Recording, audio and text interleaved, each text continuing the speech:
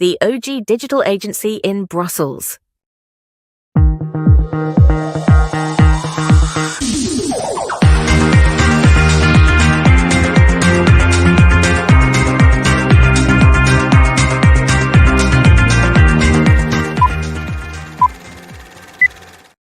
And live from Brussels, Leuven, and Cornwall, it's ZN Live.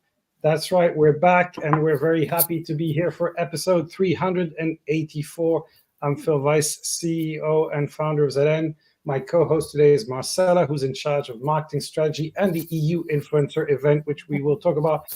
And today we are very happy to have Theresa Fallon, who is herself an EU influencer on the subject of Ukraine and trade and economy, and of course, much, much more. Theresa is an expert on all things China, Russia, and of course, many other topics. So I want to ask you, Theresa, thank you very much for joining us today.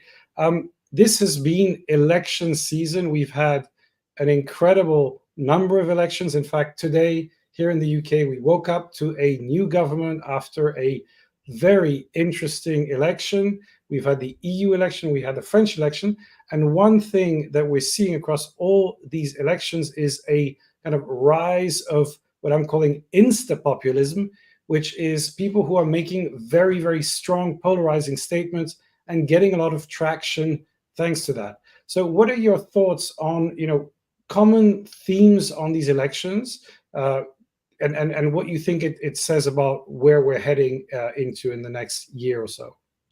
Well, thank you, Philip, for that very warm introduction. And it must be exciting to be in the UK right now, even if you're in beautiful kind of pastoral Cornwall, just to observe people's response to the election. I love that phrase that you coined, insta-populism. I mean, we're seeing kind of an anti-incumbency approach, especially there in the UK. So this moving away from the center or the far, we're seeing more right and left on both sides of the Atlantic and across Europe. So we've seen more concerningly in Europe, probably the rise of the far right. So as we see now with the European Parliament, there's a lot of dating to figure out which parties will join with each other. And there's not uniformity across European member states in terms of right-wing parties. For example, in Italy with Meloni's Brotherhood, they support the war in Ukraine, whereas Orban's party does not. So it will be difficult for some of them to bridge these divides on larger policy issues. So even though we're seeing this kind of rise of the right, especially in Europe, and this type of feeling of populism, I think populism tends to go, there's a war in Ukraine, we're seeing increased costs for fuel and the inflation aspects of that, and which mean increased costs for food as well. And people are finding it very difficult. So this is a way to say we're unhappy with the current regimes in power and they're trying something else. So fascinating what's happening in France as well. But I think in the UK, it's very difficult for Labour to get in. So we've only seen Tony Blair in the recent past. So I think after 14 years, is it about 14 years of conservative rule? Now the pendulum has swung once again. So all eyes are on Starmer, and let's see how he fleshes out his policies. But it's a difficult time for all leaders, I think. And now the next piece to be put into place will be the elections, I guess, in the US and how that will shape up. We've even seen someone like Modi in India, and I know you're very familiar with India. He didn't do as well as many people had expected. So we're seeing, kind of anti-incumbency sentiments. And this could be part of this modern age that we live in with everyone is an Insta expert on social media and very short attention span. So perhaps this might, bleed over into the, policy is always very complex and hard, and governing, you have to make a lot of trade-offs. So it's one thing to have this narrative, but when these groups come into power and have to actually rule and legislate and create policy, will they be as effective in messaging the public? So they might have the same challenges as the previous government. So we'll see how these governments will be fleshed out. Yeah, I think it might, there might be a kind of parallel with the oversimplifying life that you can see on Instagram, where people describe their holidays and everything looks fantastic, but the reality behind it is that they all live real lives. They have ups and downs, etc. We'll see if these populists basically, once they get power, do they deliver their oversimplified promises, and how does their implementation match their rhetoric? I think that's going to be one very interesting questions. Now, talking about channels, you have been obviously somebody very active on X/Twitter for the past years. And I've seen that you've also been spending some time on LinkedIn. There's a big discussion in Brussels, which we started extensively at the last EU influencer event, which is it over for X, and are people moving to other channels? We haven't seen that happening. And I see that you're still spending a lot of time on X. So what is your current feeling about X versus LinkedIn versus other platforms? Where are you spending your time? I know from certain colleagues that they actually, will post on LinkedIn more now than they did in the past. And I think even recently, the Financial Times did a story about the evolution of LinkedIn, that originally it was kind of more like a resume and for looking for jobs. And now people are becoming more emotive and expressing how they feel. And sometimes they lose the business aspect of that. And that's not really how it was established. It was established more as kind of headhunting. So it might try to replicate some other organizations all in one place.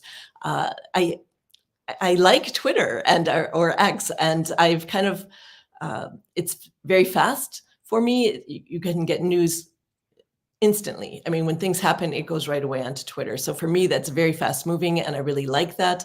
I also like that, journalists can find me if I post on something. They see I've posted, and then they'll ask me a question for an interview. So from that point of view, it's really helpful. And let's face it, it's also good to hear and see what people I don't usually communicate with are talking or thinking about. So I think that that's helpful for me to just not be stuck in a silo. If you're not as Ian Bremmer memorably said, if you're not following people you don't agree with, you're not doing it right.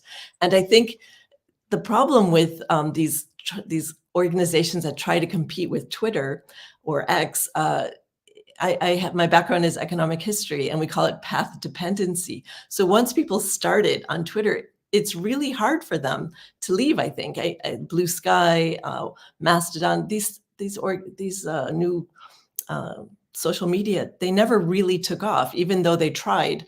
And it's kind of, X has a first mover advantage. And I think that once people kind of are part of that and they've got their network, it's kind of hard to replace that and start all over again in a different one. And I think that people have just a limited amount of time for these types of things. And once you've kind of established something, you might stick to that for a while. I think LinkedIn is evolving, and part of me thinks I should be more active there, but I just don't have the time lately. So I do, from time to time, people do send me an article that was posted on LinkedIn, but I think that, people, if they want to write, maybe they should publish it, not just put it on LinkedIn. So if it's of a higher quality, it should be published somewhere else, perhaps. But, there are many people I know who both post on X and LinkedIn, and they send the same article. So that's also one approach some people have decided to use. Yeah, I think it's very interesting because we hear people who are fully committed to LinkedIn and say, you've got to go all in on LinkedIn. A lot of the people in the Brussels bubble, especially consultants, are very happy in LinkedIn and are kind of encouraging their clients to go there. And then we hear a lot of policy thought leaders, journalists who are still very much on X, and they don't have any affinity with Elon Musk, but they say, look, the platform is there, and it hasn't disappeared. It hasn't known the kind of mass migration that was anticipated at the last year. So I think it's very interesting. You also said something about using it as a barometer for people who are trolling you. Tell us a bit more about how that works.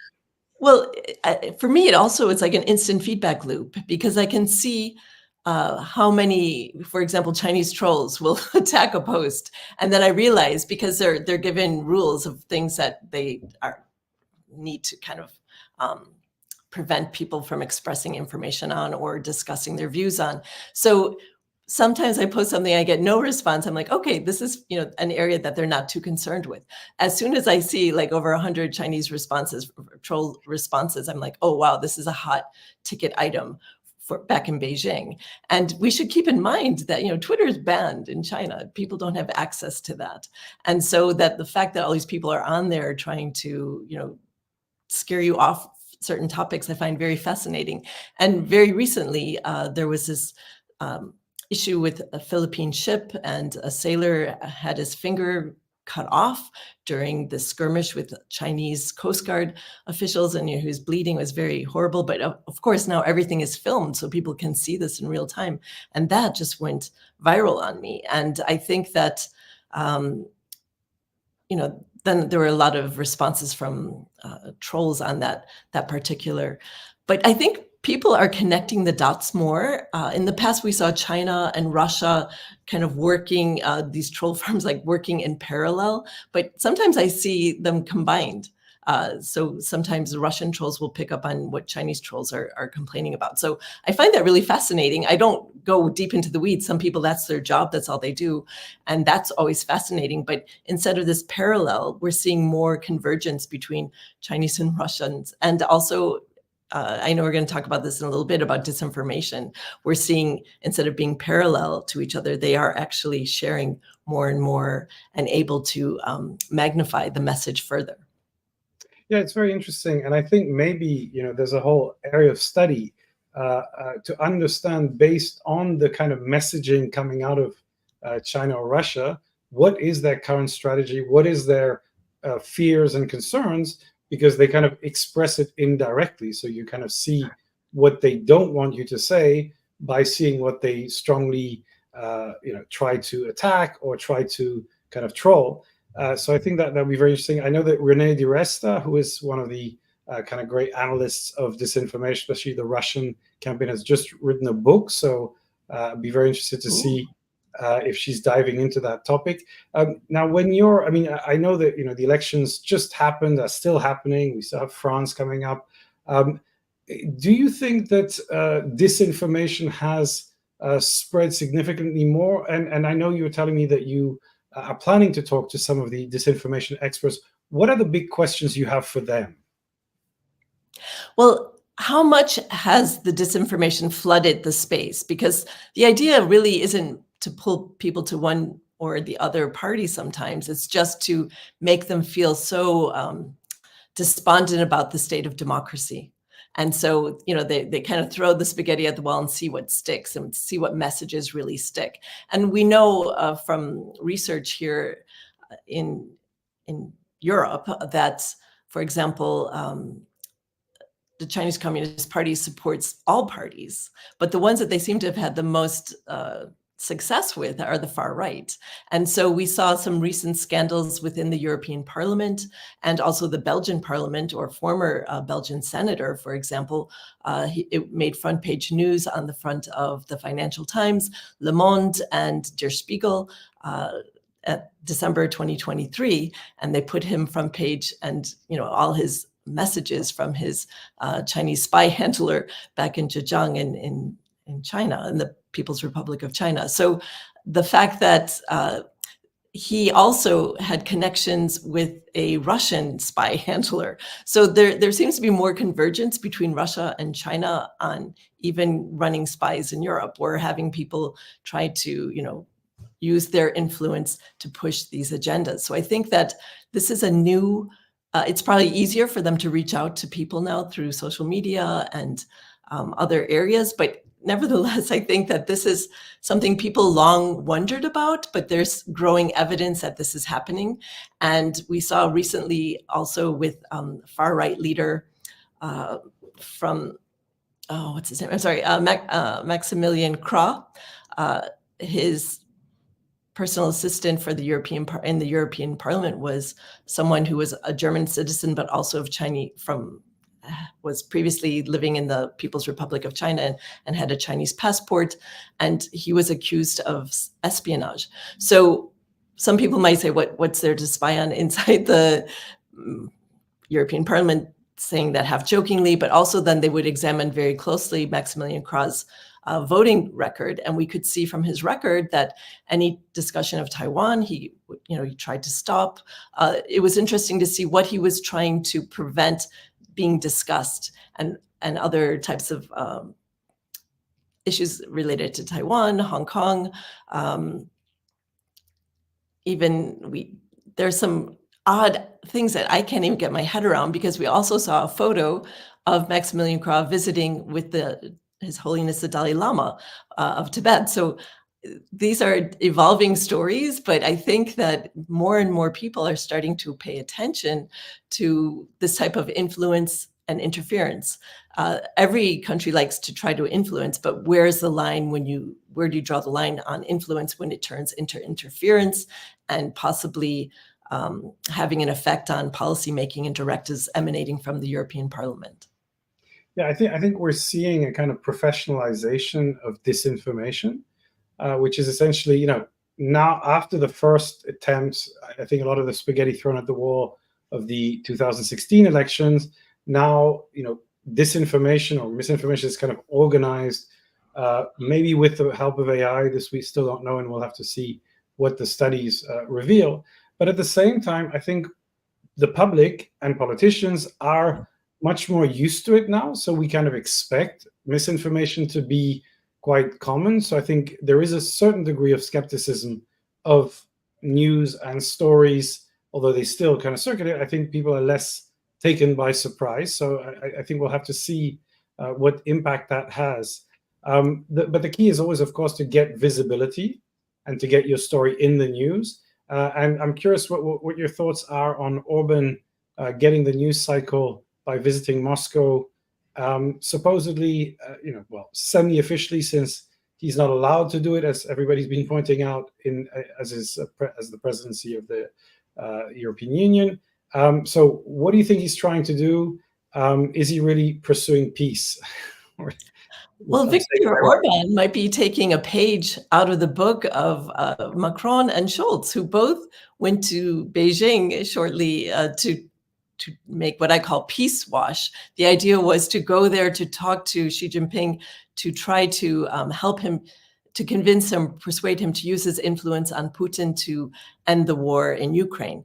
And I call this peace wash because both Scholz and Macron brought airplanes full of business folks to sign contracts in Beijing. So they used the fig leaf of asking for peace in order to just write more business deals. So I think Orban has maybe it's not such a business angle, but he's kind of normalizing Putin. But as you noted, even here in Brussels at diplomatic events, no one will go near the Russian ambassador. Like, no one will talk to him. So the fact that Orban is going to see Putin after he visited Kiev, in a surprise visit to Kiev, he is trying to hold himself up as a peacemaker to try to end the war in Ukraine. So you could say his views are, his efforts could on the surface seem like very, very noble, but as we know, his political position has been very sympathetic to Russia,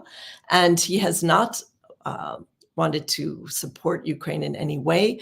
His party has blocked efforts to send funds to Ukraine that the rest of the EU member states want to send. So it's interesting now that he's holding himself up, now that since July 1st, Hungary is holding the EU rotating council presidency, which he'll have for the next 6 months. So this is high on his agenda. So he's really, starting it with a big splash. So we'll see what comes from this. Hopefully good things. Let's try to be optimistic. But as we know, Putin's view on the war is, what I've taken so far is all mine, and that is not acceptable to the leadership in Kiev. So let's wait and see. But I think that, Orban's really running with his presidency. We haven't seen anything bold like this from the other leaders so far. Yes. That's really interesting. And I think a lot of the topics that we're covering today as well, we would love to tap into more detail at our upcoming EU Influencer event. So I'm making just a quick public announcement here that we have a date now. It's happening on the 20th of September in the Cardot, Brussels, which is a new hotel, by the way, that opened up last week. ending the public announcement here. But Theresa, you're one of our top EU influencers for, of course, being recognized for the great work that you're actually doing. And maybe you can share a little bit also what that means for you to be on this list and to be able to have this title, so to speak. I still see that you have pinned last year's category winner announcement on your X profile. So that's really great to see as well. Do you leverage the status in some way? Well, it's sometimes it comes to me as a surprise. First of all, I'm really honored. Thank you so much. And it's something I just love to do. You can tell when I'm writing a paper because then I tend to tweet more because it's a happy distraction. So you can, when I increase the amount of tweets, I'm definitely on a deadline. But I really enjoy it. And it's something I did long before Twitter ever existed. We used to be clippers. When I was a graduate student, to make money, we would clip articles and then they would be copied for clients. That was back in the olden days before the internet even existed. So I guess I've always had this feeling of sharing articles that I think are interesting with other people. But what's so nice, sometimes I'll go to a reception here in Brussels and people are like, oh yeah, I know you. I follow you on Twitter, or I follow you on X, I should say. But it's always nice when that happens and they feel they kind of know you because of your tweets, which, that my tweets don't really represent me, but it's a nice icebreaker. And when I meet people, they'll say, I saw this article, or I know you from Twitter. And it's really kind of a nice icebreaker. And I really do appreciate that. And it also reminds me that, what people have limited time. So I know many people who will follow all of the ZN listed top 50. And they feel that helps them understand what's going on better. So ZN really does have an impact and influence. So I really do appreciate that.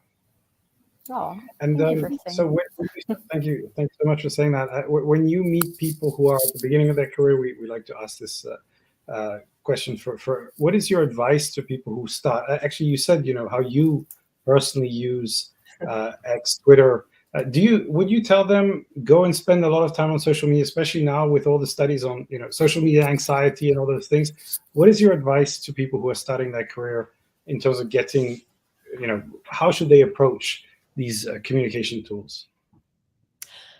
Well, it really depends what kind of career they want to have. One thing I'm noticing are that people who want to go into public life, they tend to not post. There's this very careful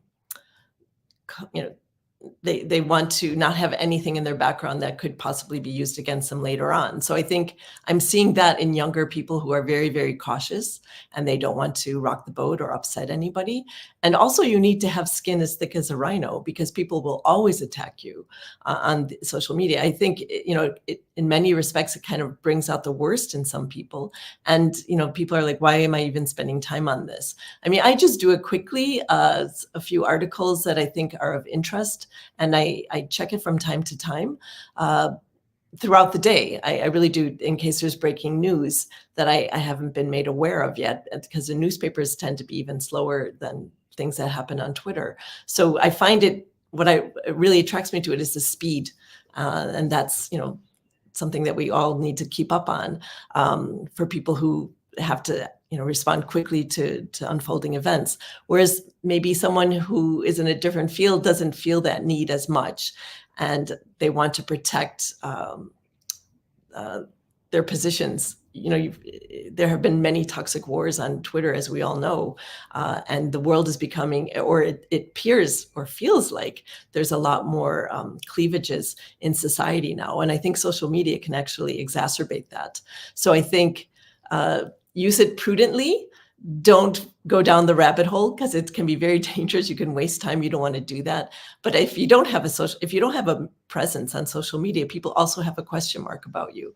So I think you can, just have a small, start out small. And once you feel more confident, maybe go further. But you have to really, be careful about what you post because it could come back later and to haunt you. And I think that's what many people are concerned about. And many times I just post an article which I think is of interest and I actually quote directly from the article and then see what kind of response it gets from people, whether it's a hot button issue or not.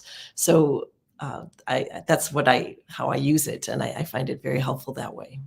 So you can get feedback directly from the Chinese government as well as from your potential readers. So perfect combination for feedback.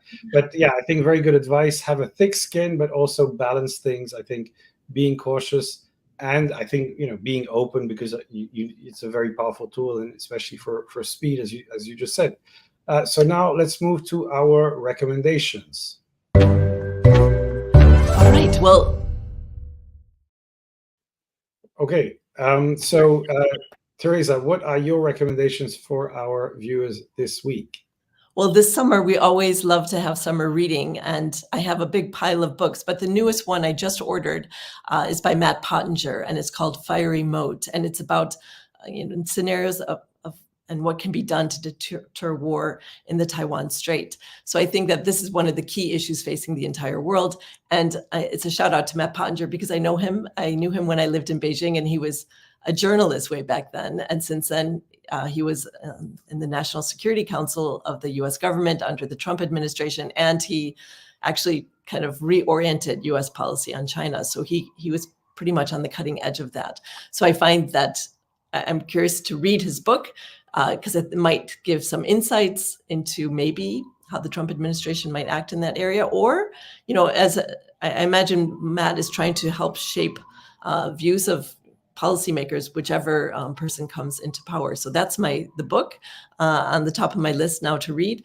And in terms of podcast, you had a podcast. Yes. I love China Talk.